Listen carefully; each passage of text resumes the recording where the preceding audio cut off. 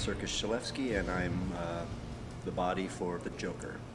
Sorry about before, you know. The running away, that was rude of me. You'll be happy to know I won't be running anymore.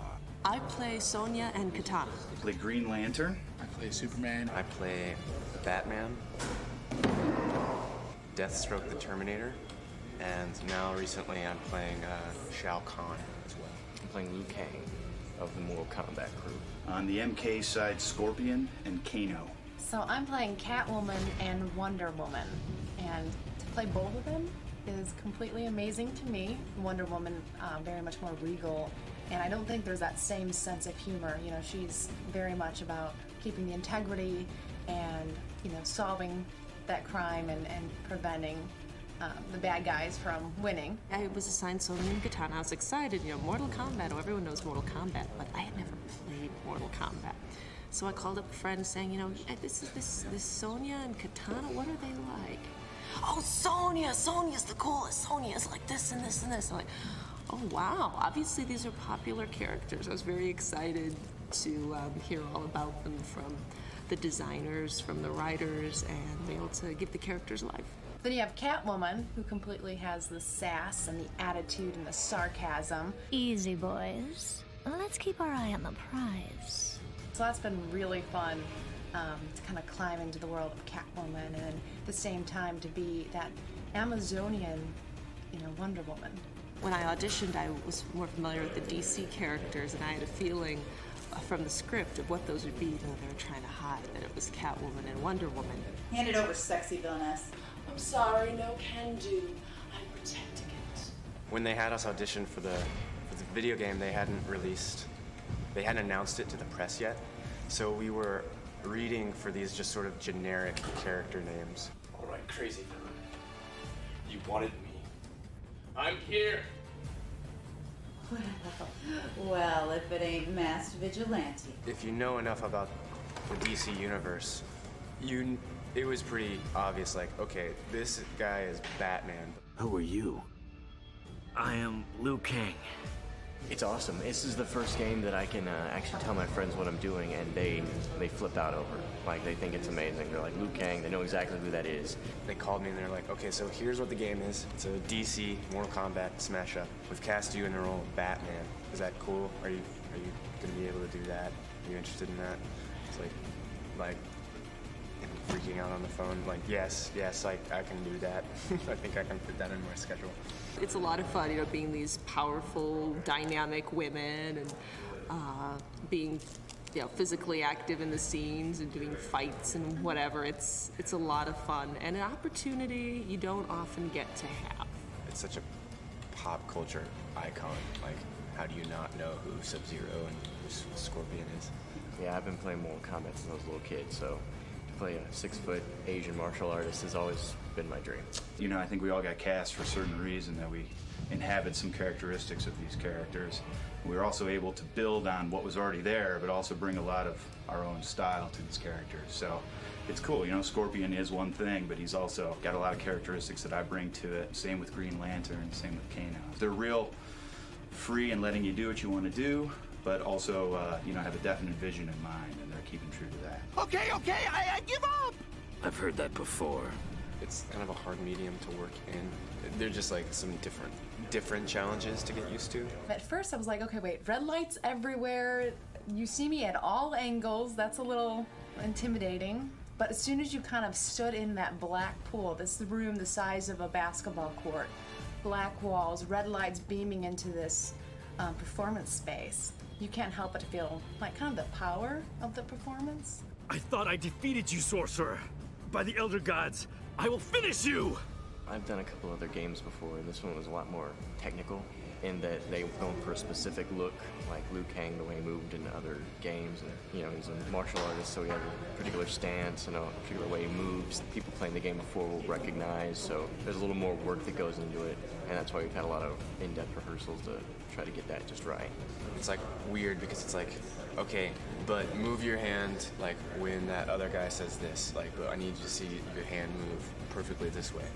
Like, sync it up. Relaying everything with your entire body up on stage, the way you stand and move, completely transfers to the motion capture. Since you're not talking, you're not doing any acting with your voice, so you just have to relearn how to mimic along with someone who's, you know, the voiceover character who's actually doing the character, and make your body match that and convey feelings and stuff just through your own body movement. It was you. Your heat vision.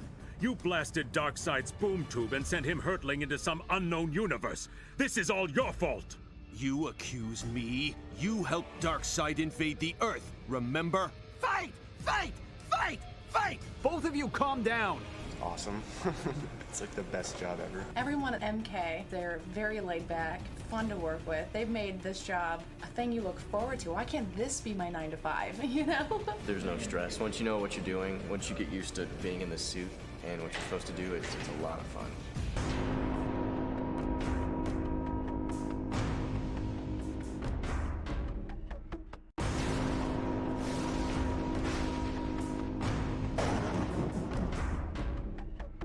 The story of how the MK and DC universes come together could not be told without the cutscenes. There's so much mythology that's being dealt with in terms of what happened on each universe and when and how that caused these universes to be brought together. Also to see how the characters interact, not only the DC characters, which have their own rich history, as well as the MK characters, and then what happens to them when they're thrown in these situations and seeing things they've never seen before. When you have Sub-Zero show up in the Batcave for the first time, it really is kind of something, because clearly this is not something he's ever experienced, nor would the fans have ever expected to see.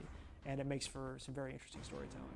Your world is invading mine, affecting everything and everyone in it. Every production starts with a script. You start with something that was written, thought out, figure out what the licensor wants, what the game team wants, and what we're able to do. Dominic worked with John Vogel on the game team to kind of flesh out the ideas in the story and to get marching orders for cinematics of what we need to do to work tightly with the game team. My role is to basically come up with a storyline that will describe the events that are happening within the game. Welcome, Sub-Zero, to the Netherrealm. Quan Chi! There were rumors that the Elder Gods had punished you. I see the rumors were true. Why the two universes have come together and how these characters can interact with each other and why they're fighting with each other. After me and the other guys finished writing the script, we gave it to the cinematics guys. And we kind of looked over the script again and made it a much more compact and powerful script. My contribution was the format that the story is told in. I wanted it to be in chapters because the player has to learn that character while he's playing it, and so we wanted to keep him with a familiar character for several fights and then move on to another character. The cutscenes set up all the fights and makes the player feel like he's actually involved and participating in the story. We work closely with the game team. We try to take all their concerns into consideration and make sure that all those elements are met in the actual storytelling. The storyboards really are the tool that we use to work with the game team to establish what the vision for the project is going to be.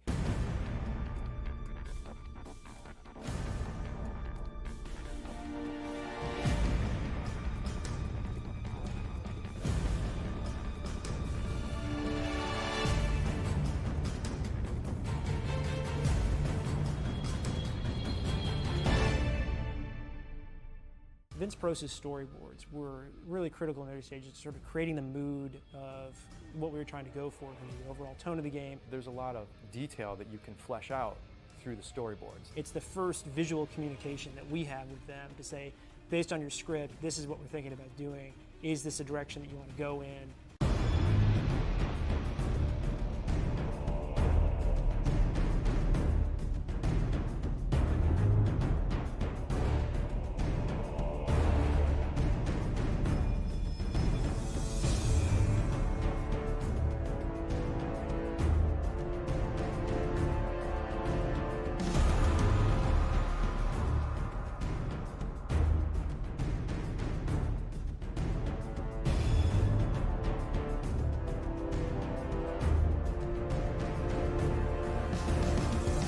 Vince's boards are very evocative of the overall mood we were trying to obtain for the cinemas in the game, and establishing the tension as these two universes are colliding with each other.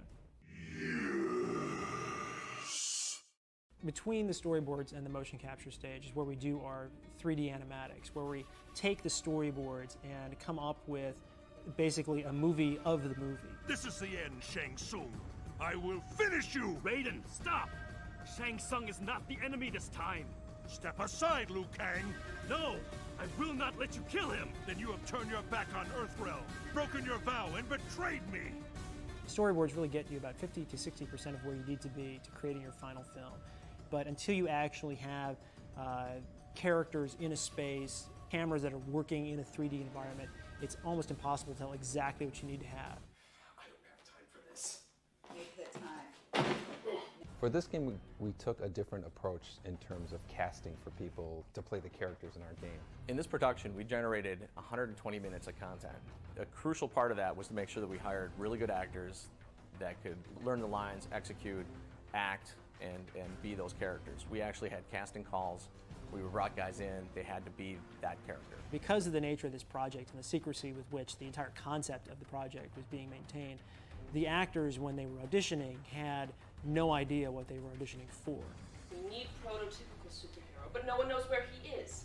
We found an incredible guy to play Joker. We were really worried about Joker, but we found a guy named Circus, who was amazing. And it's funny that his name is Circus and he's playing a clown. Circus Shaleski. You know, I'm so sorry about the last time of running away and all. But you'll be happy to know it won't happen again. As soon as we walked in, it was like, there's the Joker. The actual professional actors really brought it to another level that we weren't able to achieve before. Then we went to motion capture, which is the process of getting all of our actors onto the stage with the suits they have to wear with the markers so that we can record all of that data and then give it to our animators to work with.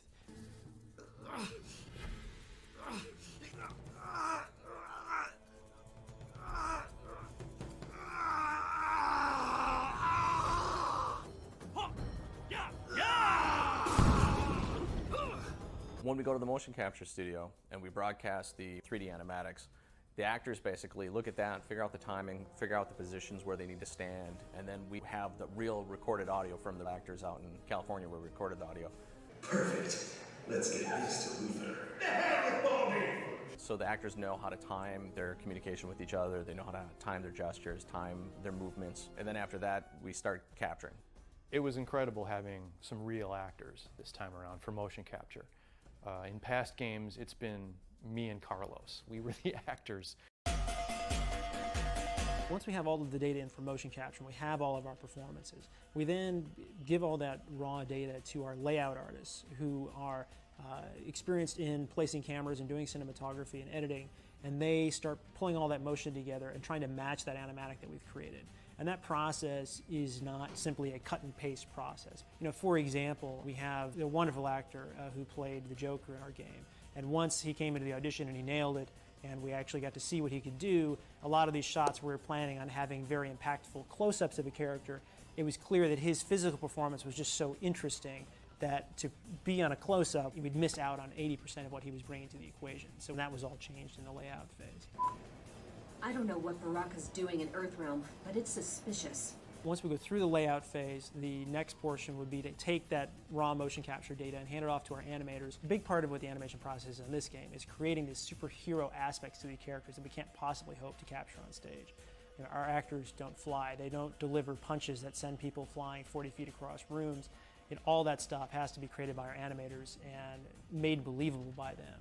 We really rely on that group of professionals to come up with those aspects, to give the comic book feel to this that we need to have in order for it to be believable and for all of our fans.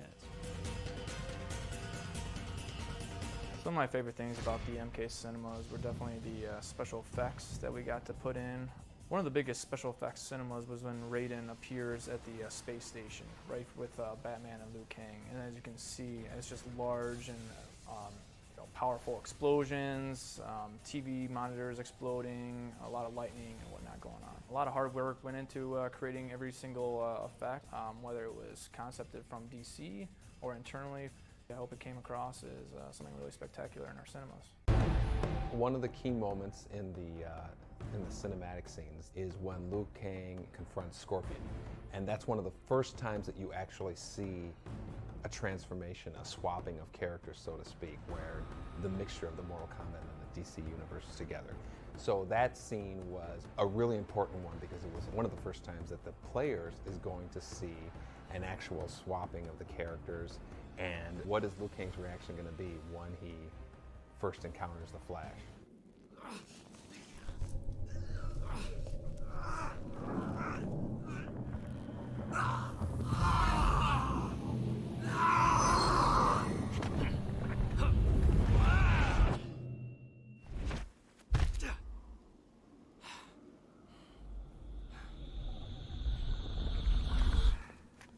What happened? I feel so strange. I have seen this trick before.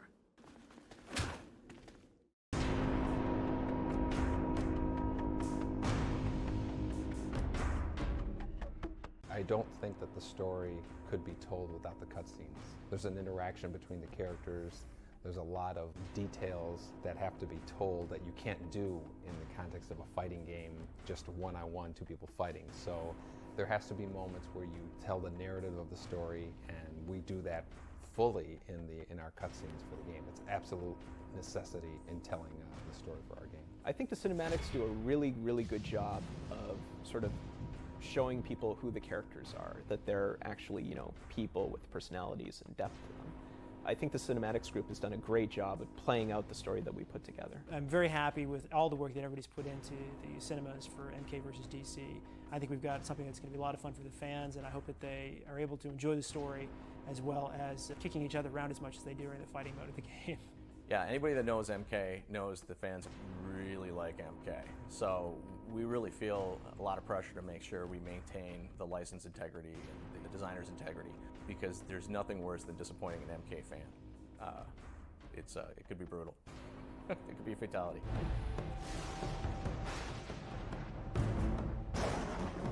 Fight. Fight. Fight. Herman became the voice of Mortal Kombat, I think, on Mortal Kombat 4. That was the first game that he was the announcer. Excellent. Excellent. Herman has a very eccentric, quirky personality, so it's only fitting that he would be the voice of kind of Mortal Kombat. Just all he could sit there reciting like shampoo instructions, and he could make it interesting. The Flash. The Flash. I don't know who was the first one who thought that he would be a good, announcer, but at some point we pulled him into the studio, and it's been working ever since. Flawless victory. I believe there was someone involved in the studio, I think it may have been Dan, Toasty guy, asked me, because he had heard my voice in the hallways, and they just asked me, would you mind doing a take or two, just half an hour in the studio, whatever, it may come to something, it may not. And yeah, here I am, over a decade later, still doing, finish him, Brian Shard. There we go, that one works. I love finish him. It's so, when he nails it, it's just dripping with power and disdain and... Finish him. He does have a vocal quality that is, different from anyone else's. It's very, low and dulcet tones, if you will, but at the same time he has, that little bit of, hint of authority and evilness to it when he wants to bring, turn it on. Fatality. Herman has a great voice, naturally, without doing anything to his voice at all. No processing, no pitch shifting, nothing. It is naturally deep, and it's naturally low, and he's also enunciates his words very well. And hearing a voice that sounds like Herman's naturally as it is, kind of gives an audio designer a lot of ideas creatively on what to do to his voice. Brutality. When you put a microphone up to it and you add a little echo, a little reverb, you just happen to get something that fits Mortal Kombat. Baraka. And in this particular case, especially with the next gen MK coming out, what we did is we made his voice surround sound. Superman. Everyone who ends up finding out about my participation in the game knows me as the voice of Mortal Kombat, but they're always surprised to actually find out that, I do work on the game as well. So yeah, the voice always seems to be the focus, but yeah, it's just like, you know the characters that you play as in the game? Oh yeah, I make those. You're like, oh, really? oh wow, I thought you were always just the voice. And or not that just the voice is not enough, but wow, you do the characters too? He's been part of the team since time immemorial, so he knows of which he speaks. He understands what the game looks like, what it should sound like. Rich Carl wins. You like that one, huh? Herman is a really fun guy to work with, and that makes everybody's job easier. When we see that we need to capture new announcer VO, it's not a chore, it's something you look forward to, and you know that he's going to be, Herman's going to be spot on. He doesn't need a lot of direction. He's done this for a long time, and so he's just going to get in there and boom it out, and we'll have some laughs while we're doing it. Hey Herman. Yeah. You know what? I could use a new phone message. Rich Carl is not available at the moment. Message. Message him. Text him. Text him. Text him. Text him. He knows the character, and because in a sense that he's helped define that character. How he would laugh. Throw some laughs in there. Okay.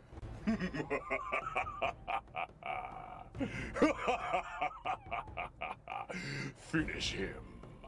He's ready to go. He knows how far he's supposed to be away from the mic. He knows what sound, he knows how to dial it up right away. You only get better with practice, is what I'm told.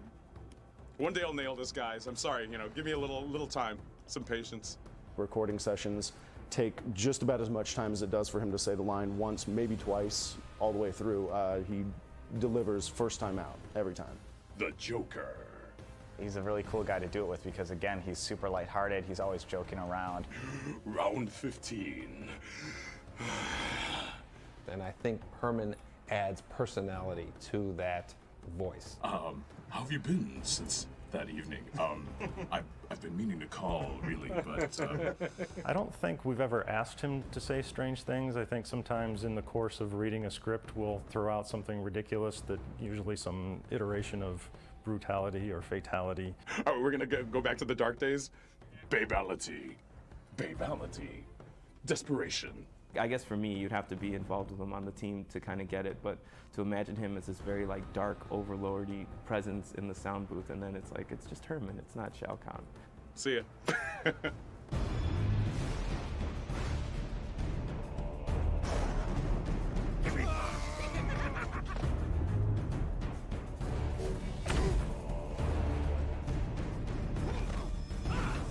What kind of video game mashup is interesting in its own right?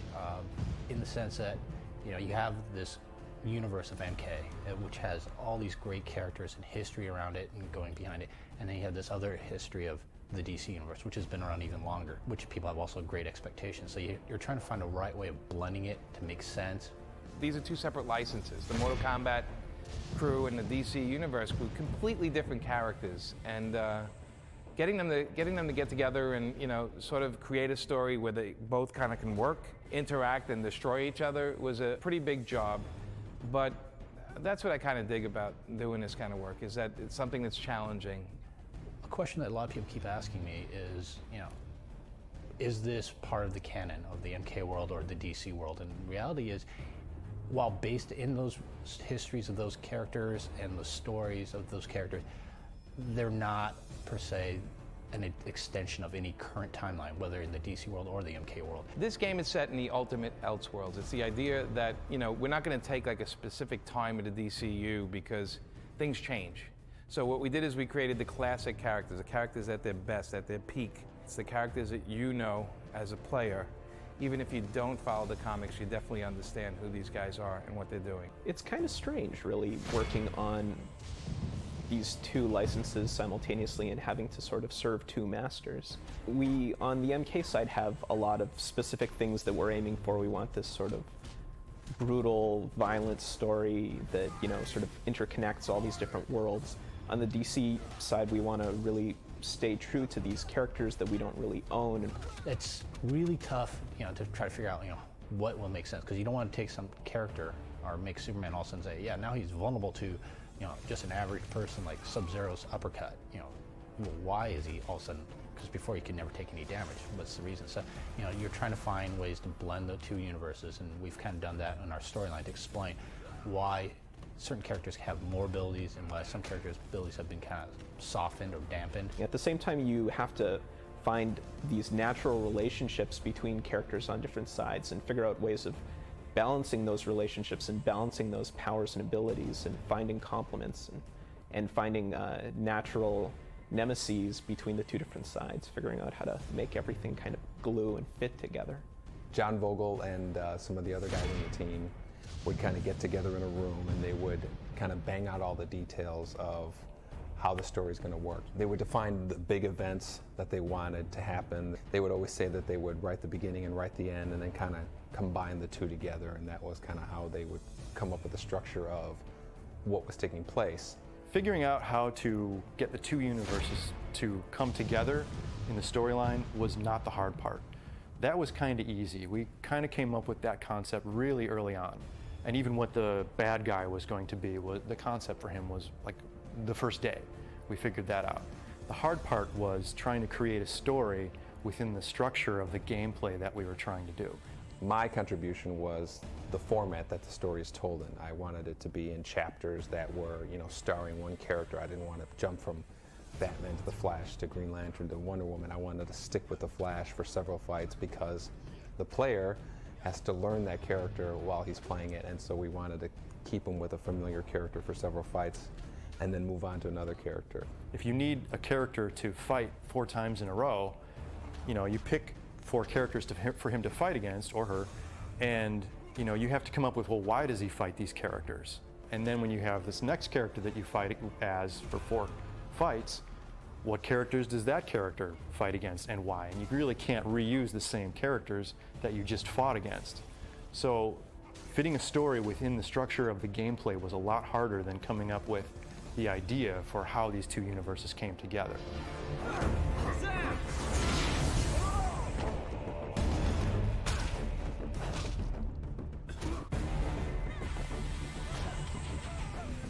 My involvement with the video game, the MK vs. the DCU, was basically that Justin Gray and I, who's my writing partner, were brought in while the game was being in its infant stages to represent the DC side of the game, to make sure the characters were true, the dialogue was true, and the actions were true to the characters. It was mostly to make sure that their characters and their world, the DC universe, was correct. Because we were going to mess something up. We don't know everything about the DC universe, and these two guys did. DC worries about their characters. They babysit those characters, and that's why we were here, and then, of course, why the Mortal Kombat side was there as well. If we had written Batman says such and such, and it doesn't sound like something Batman would say, they would rewrite the line to make sure that it sounded like something that Batman would say. It was a big, overwhelming game. And I got to say, it was a great experience, but it's the first time we did something like this, and hopefully it's not the last.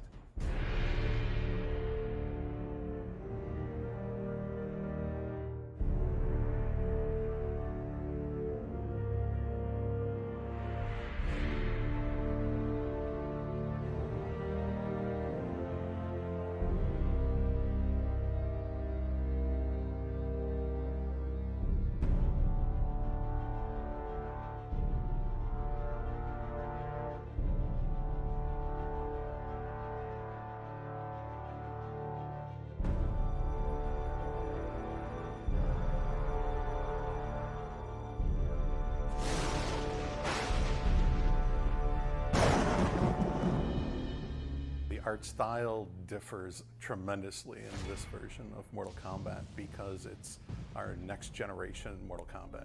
We got the ability to make things so much more detailed and realistic. It's just a big step from our last games. With the next-gen technology, we found it really liberating to make characters look the way we always wanted them to look, and the backgrounds look exactly the way we wanted them to look. We've incorporated now the DC universe into the MK universe and trying to maintain the integrity of both. The team's really stepped up, really to showcase what they can do because we have all these better tools. The look, I think, is dead on. At the heart of it, it's still a Mortal Kombat game. It still feels like a Mortal Kombat game, and it looks like a Mortal Kombat game. The importance of the pre-production concept art was pivotal for the creation of this project. The concept art really helps to identify not only the look and feel, but a sense of space, sense of placement, specifically with environments.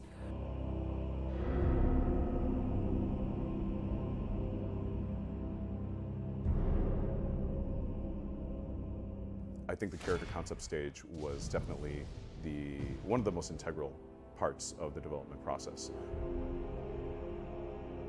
It really provided more of a solid foundation aesthetically for how we were going to proceed with the look of the game. What it really does for me in particular as a materials lighting person is it establishes the look, the feel, the mood, and those things that you want to try to convey in the actual 3D world itself.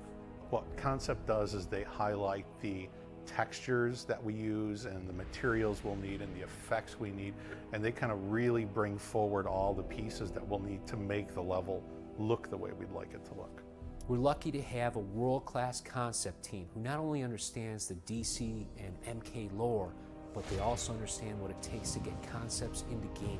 The art that was created by the concept team was a great inspiration for everybody. It provided the direction, the lighting, the mood, and it really made everybody kind of have the same vision of what this thing should look like. What is the perfect version of this? At the same time, it provided this amazing artwork for everybody to gush over. It's such a huge mashup to have DC and Mortal Kombat characters on screen at the same time. So any kind of really high quality art that has those two universes together is going to become a collectible in some way, shape, or form at some point. I'm glad I have all of it saved.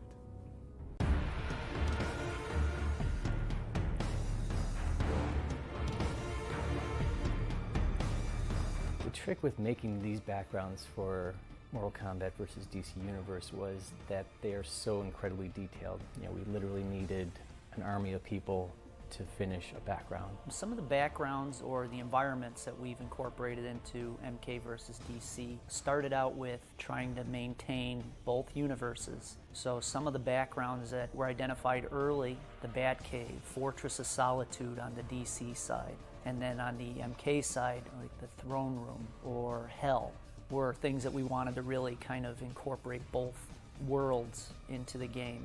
For the environments, we carefully chose the most influential backgrounds from both universes.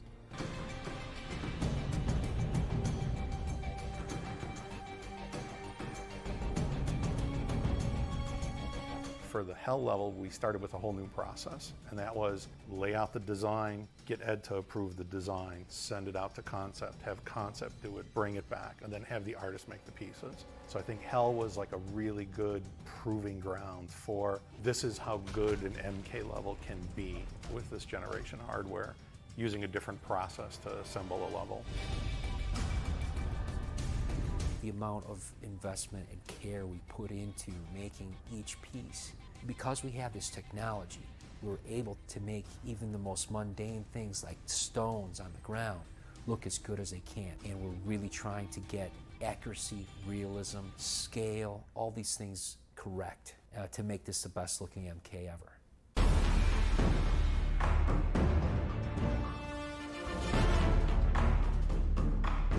The one that stands out to me is Metropolis. I was always excited about this ruined version of Metropolis after the big fight with Superman and Darkseid. The concept department would usually start off with a blockout of a background, so the background's kind of, the basics are there, and they'll kind of do what you'll call a paint over, where we'll take a snapshot of the 3D background, so they'll kind of have the geometry in place, and we'll take that and just kind of do a paint over on top of it and get more and more details. The Metropolis level turned out to have multiple challenges. It was our first DC level that we were actually making. So the bar was a little bit high because there were a lot of expectations that were really high for how we could do this. That took a lot of back and forth between engineering and art and design, but I think the end result was fantastic.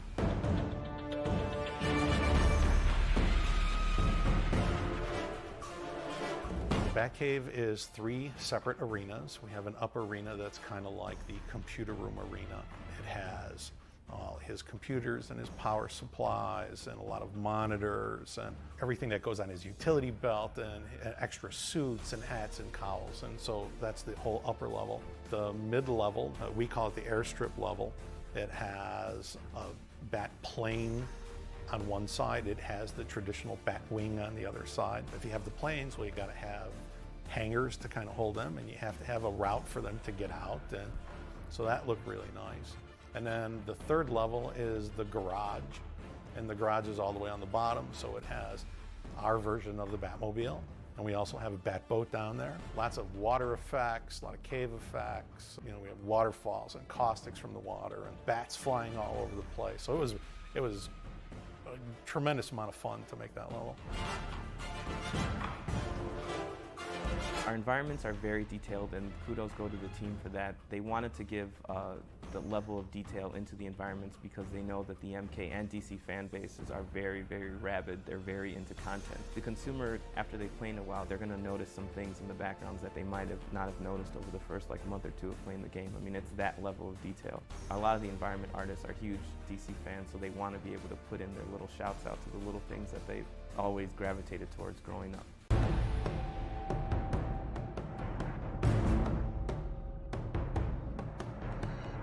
Starting up on the game and starting up on the interpretation of these characters, we were trying to figure out what elements we can keep and subtract from each character set from the universes. Basically, it's bridging the gaps and establishing a middle ground between the two, where each one still retained their character and the essence of what that character is, but also would complement the other side. It's the first representation that people have of Mortal Kombat characters in the next generation. With Mortal Kombat versus DC Universe, we've tried to get more of a realistic look to the characters, more realistic look to the backgrounds than previous games. We chose to kind of mute the colors a bit in this game just so it looks a little bit more real, have more digitized textures so the characters really look like human beings. MK always had a very armored or very layered approach to their characters. Of course, with the superhero genre, there's the interpretation visually of it being pretty much a bodysuit and insignias and that kind of thing. So there's a lot of stripped down elements on the superhero side and a lot of layered, textured elements on MK. The MK characters have definitely been updated.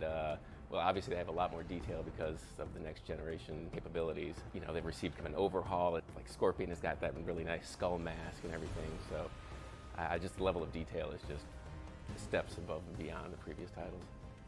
So people in the past might have noticed that Sony used to have a thong on, and this time we just added a tan line where the thong used to be. It's a little fun fact for you hardcore MK fans. This was the first time that DC characters have been represented with as much detail and in 3D. You see Flash's costume, it's not just red, but it's a red texture on it. You come in close, you see details that you wouldn't have thought would be on a Batman costume, a Flash costume, a Green Lantern costume.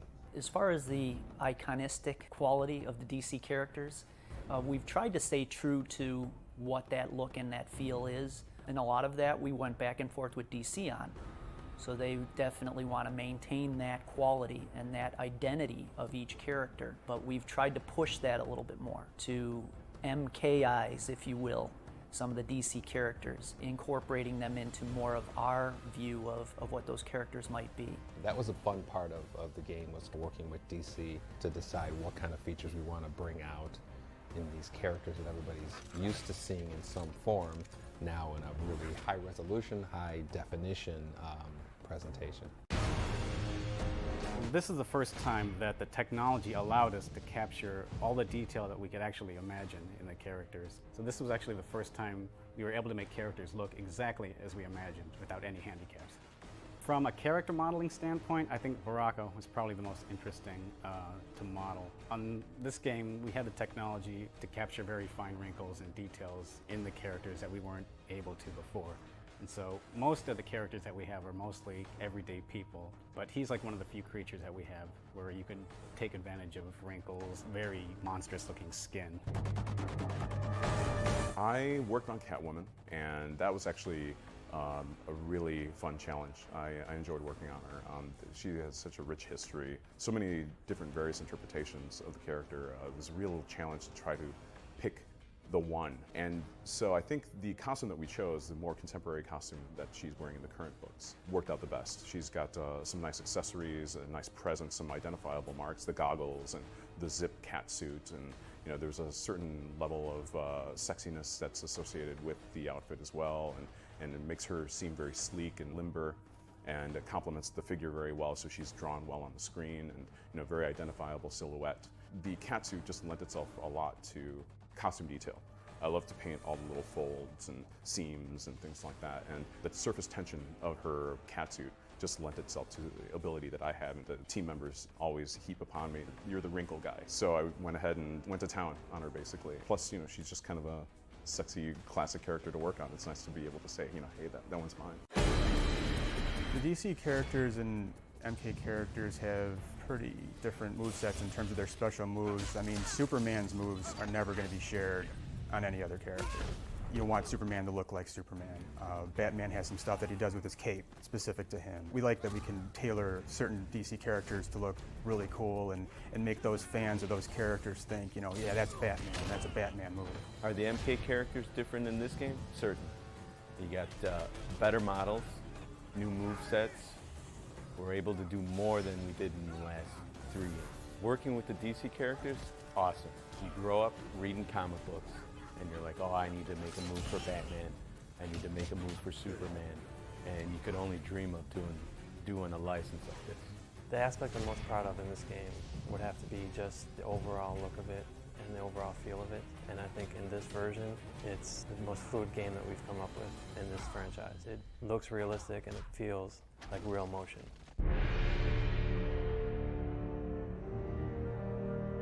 For everybody who's not aware of the process that goes into creating this game, you know, the army of people that sweated over creating these beautiful environments, it's nothing like we've ever seen before, from the concept art to the models, the textures, all of the work that went into creating this game.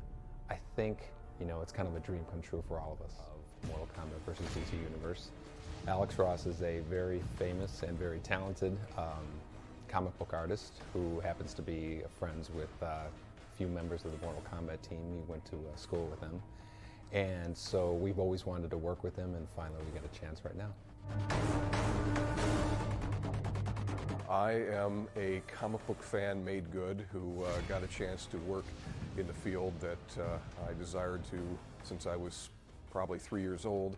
I've been working in comics as a painter, which I was trained to be at the American Academy of Art in Chicago.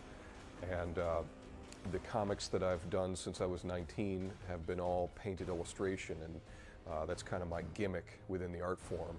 And I still use actual paints on actual paper and airbrush and everything mixed in.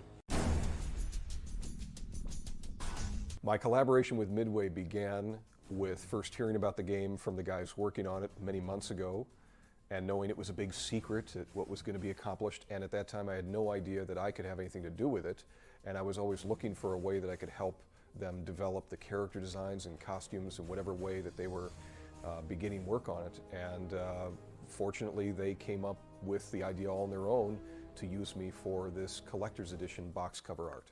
I've known much of the team for Mortal Kombat since I was a teenager. Going back 20 years ago, I met Tony Goski, John Vogel, John Tobias. And it's funny, we actually went to art school together, and we're actually pretty good friends. We went to art school, we graduated around the same time at the American Academy of Art. So it's cool, we're finally working on the same project together, you know. So, I mean, we've known each other for all these years, and I'm doing video games, he's always doing comics. Now they're kind of coming together, so it's pretty cool.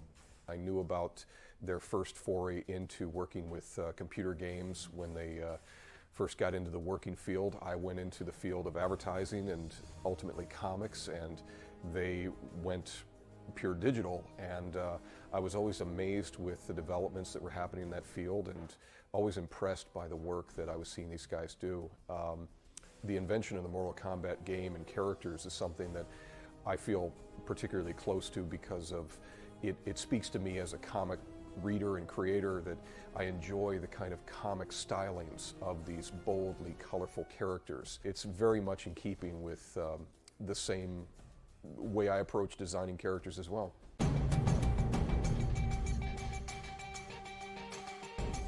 In contrast to the way the guys work in developing the game, I'm still using very old traditional tools of drawing on paper, painting on paper, and my most elaborate trick is the use of an airbrush. That's about as modern as I get.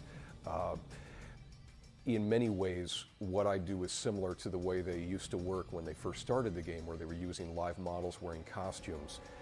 I came by to photograph a couple of the guys here as models for a couple of the characters on the MK side of things, just to get a sense of what that could add to the life of the game. I made a special point of getting the original model for Raiden to pose for me, since he works here anyways on the game. I thought that would be a cool thing. Given the number of years I've been working in comics, I've built up a lot of these things as being very special to my way of working, to get as photographic and as realistic as possible. And then I'll draw from that initial reference based upon my original sketch, which the original sketch I did is extremely tight, and I follow that as closely as possible. Then going into the painted stage, it's almost like I've got a picture in my mind where I know exactly what it should turn out like, and I'm comfortable now with where it's going to go. But generally, once shade and color are being applied, anything can happen. I did an entirely tonal painting in gray tones for the entire piece before putting in any aspect of color to get all the rendering in, so that in a way the color stage is a final touch-up stage, and much of the hard work was just purely light and shadow.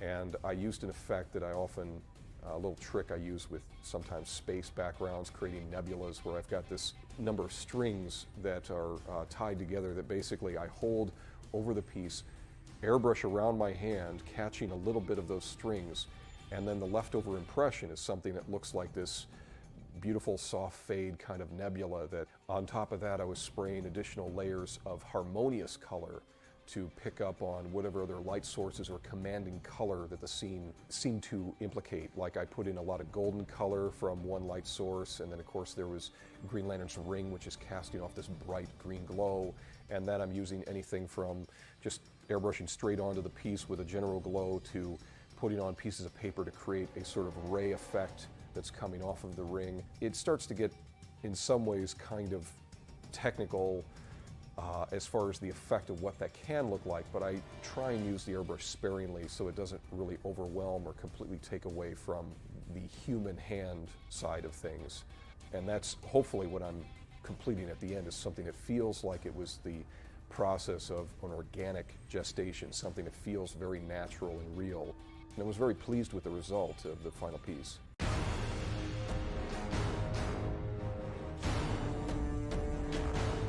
I think it's a pretty decent painting for me, one of the best I've done in a while.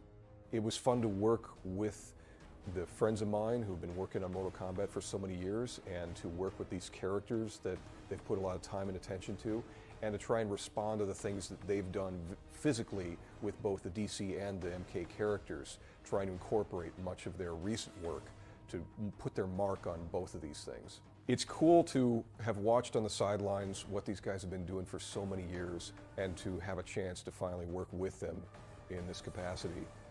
I admire their work. I think that Mortal Kombat's a very cool game, and it's even cooler that I have some pride towards the people who I grew up with, who've invented and still create this game every couple of years, create a new one.